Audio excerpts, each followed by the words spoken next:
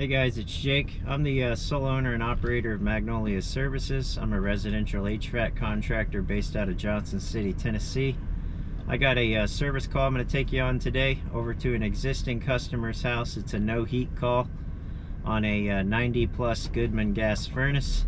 This thing's kind of hacked up. It's been painted with like I guess that undercoating paint or that Raptor liner on the top. Pressure switches have been changed. There's a universal kind. Last winter, the winter before, I put a gas valve on this one. He said he tried to fire the furnace last night, first time, and the unit wouldn't fire. So I'm not sure what I'm getting into. Just go over there and see if I can't figure it out for him and get him some heat.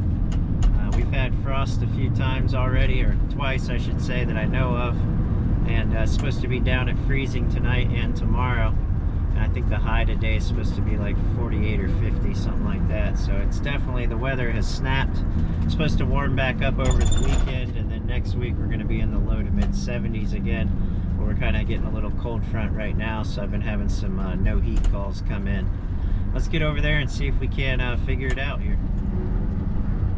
Here's some of downtown Johnson City here.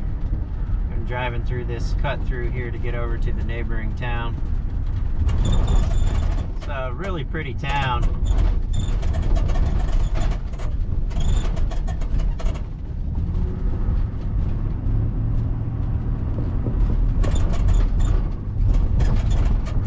They're really trying to spark interest in people visiting Johnson City, trying to drive some tourism and stuff. They really need to get some like museums or something like that in here. They got a lot of, I don't know what idiot civil engineer decided that was a good idea. You have asphalt as your road, and then you put concrete and pavers down, and of course the asphalt's always going to settle before the concrete, so you end up tearing the front end off of your flipping van every time you drive over those little crosswalks there. It's really bad. Some of them will just literally jar your teeth loose. But yeah, I like this town. It's a really pretty spot. We got some nasty looking clouds out today. Overcast and real chilly. Leaves are starting to change. Okay, so here's the furnace. This is that I was talking about, that liner that's on this. It's been painted. It's pretty rough shape. Looks like the trap might have a little water down in there. Actually, I don't feel any water down in there. Just looking, the pump doesn't have the float wired. Let's see if there's any status lights. Just flashing one red light. Alright, let's open this thing up, and then I'll put my magnet on there, and then we'll put in the call for heat. Right now the thermostat's We're getting one flash, which is system lockout. So retries, recycles exceeded. Nothing other than system lockout. Alright, well I went ahead and got the doors off. I put my magnetic switch here, the old switcheroo. This one works better on the Goodmans than the Supco one that I have. It's the orange one with the magnet that makes an L. Shannon Knight told me about this one and I picked it up. And man, it's solid. I've had it for years now. I really like it. I went ahead and primed the trap. I'm not sure if I said that. Poured some water down in there, got it flowing down into the condensate pump. The condensate pump went ahead and turned on. There's no float on it, so that's definitely not what's keeping it from firing. The motor is spinning free. Drain lines, they feel all soft. I don't feel any anything blocking them. So I'm gonna check, I think, these ports here, these tubes, and make sure they're clear here and here. Alright, well I went ahead and pushed my little brush through this. It's what you use for like bottles. I think it's, I can never remember, Dr. Brown's or something like that. But I used that to go through there. This one was clear. I felt actually just a tiny bit of resistance right here. It's a possibility that that was plugged up there. So maybe that's what it is. I don't know. We're getting ready to fire it and find out. I'm not sure how well you'll be able to see here. Let's just make sure that those aren't tripped. Not tripped. I'm just going to do a continuity test on them real quick. Make sure they're all closed. That one's closed.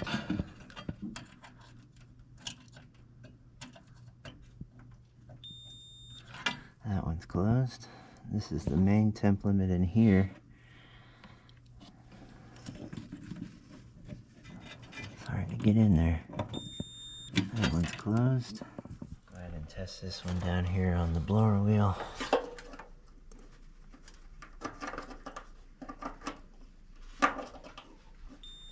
That one is closed.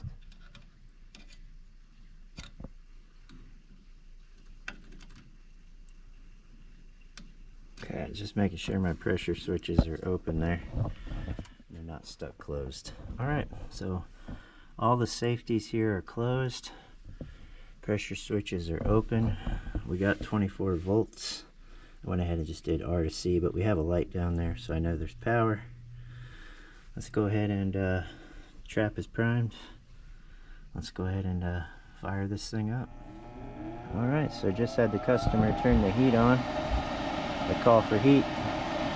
Draft motor is started.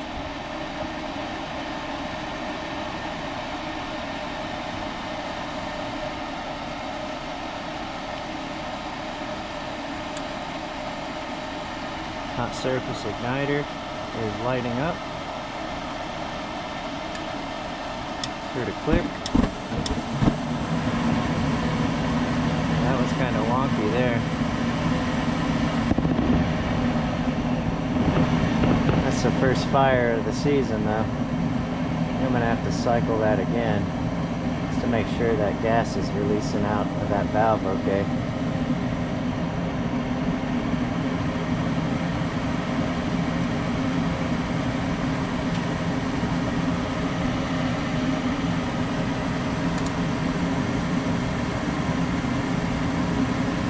That blower just kicked on.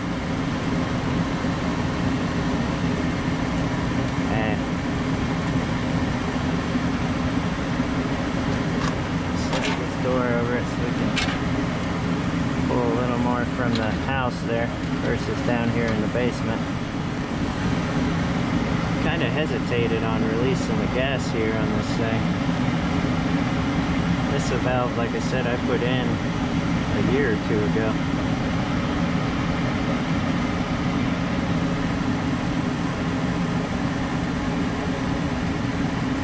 Let this run for a few minutes here and then I'm going to cycle it off and see if it fires without the hesitation on this next fire.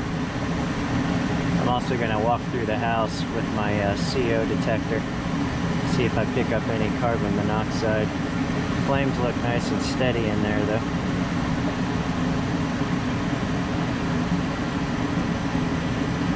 Yeah, they look nice and steady. Might have been what it was, is this was plugged up here. I felt resistance on the port coming out of the secondary heat exchanger there. So that might have been all it was. We'll make sure again that it fires okay and doesn't have that hesitation though. Alright, so I did a CO sweep through the house. No CO. Let it run for, I don't know, 10 minutes or so, 15 minutes. I satisfied the call. Now the homeowner is going to actually turn it back on to heat, and we're going to make sure this thing fires up like it should. Alright, so customer's going to turn the heat back on. Went ahead and put the door on. That way I'm pulling in just return air. Alright, thank you. Alright, so I had the customer turn it on again.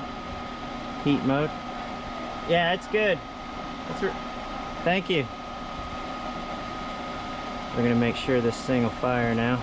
So we got draft motor, pressure switches should satisfy, and we should see that hot surface igniter. Now we should get gas to release.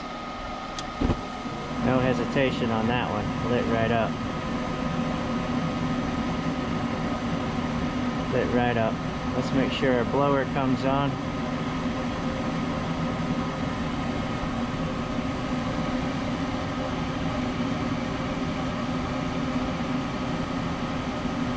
Something else I want to do while this thing is running. as this blower starts going here, I want to get this door on. There goes the blower. I want to put this door back on and make sure that we don't have an issue with the intake air, you know. If the flame starts petering out once the door's on, we might have a clogged flue or something. So, alright, looks good. The flames are nice and blue, shooting straight in the tubes. Blower is running, so we're popping out some heat. I got my CO monitor up there near a vent. I've been walking around the house with it. Did a temp rise on it. We got a 48-degree temp rise, so it's within specs of where it should be. I'm gonna get this door put on and make sure that it continues running. I'm gonna cycle it one more time, and then I'll make sure that it lights a third time with the door on. Alright, so I got the top door on here. I'm just looking inside there. Not sure how well that'll show up on camera. Flames are still nice and blue. No change in the appearance of the flame at all, so that's a good sign. Alright, so the furnace just lit for the third time. Zero hesitation there on lighting. The second light was zero hesitation. I think what we had was a clogged port coming off the secondary heat exchanger. It was restricted, and preventing that pressure switch from closing is what we had. So I think that's it. I did another CO sweep through the house, and I'm getting 0 parts per million. I'm not sure if I mentioned this or not, but I did clean the burners last time I was here and flush the drains when I changed the gas valve. She said it was this past winter at the start, so it would have been the start of winter in 2023. That's when I changed that gas valve. Alright, so the blower just kicked on.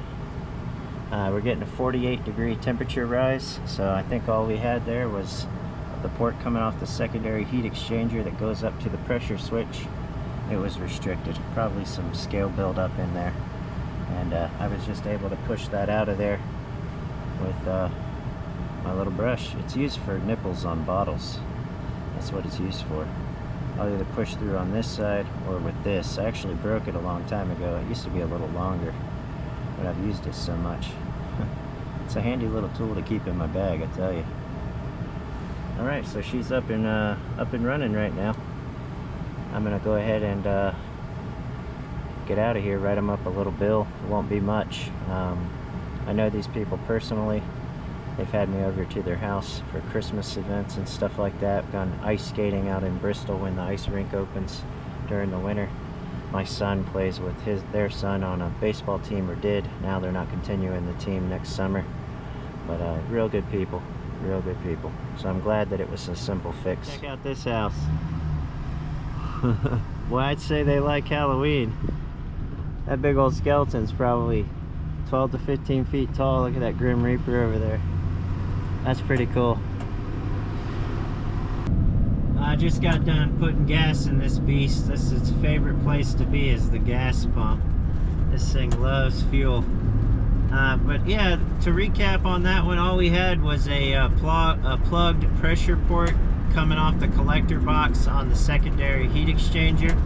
So that port's basically proving that we don't have water backed up in the secondary heat exchanger. So that collector box, the drain port's on the left side and the pressure port's on the right side, and it's elevated up.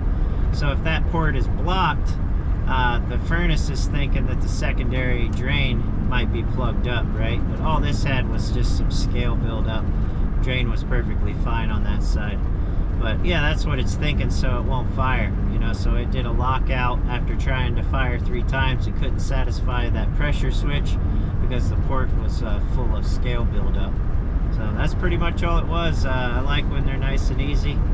They're good people over there. I really like them people. So the more I was there for about an hour, going through the system, letting it fire, letting it run. I let that heat exchanger get good and hot with a nice long 15-20 minute run, and warmed the house up. It was 62 I think when I started, and it was 69 degrees when it ended. They had the thing set at this Nest thermostat. They had it set at 68, so it had satisfied after that third fire. So everything's up and running. I want to say thanks for watching. I really appreciate it.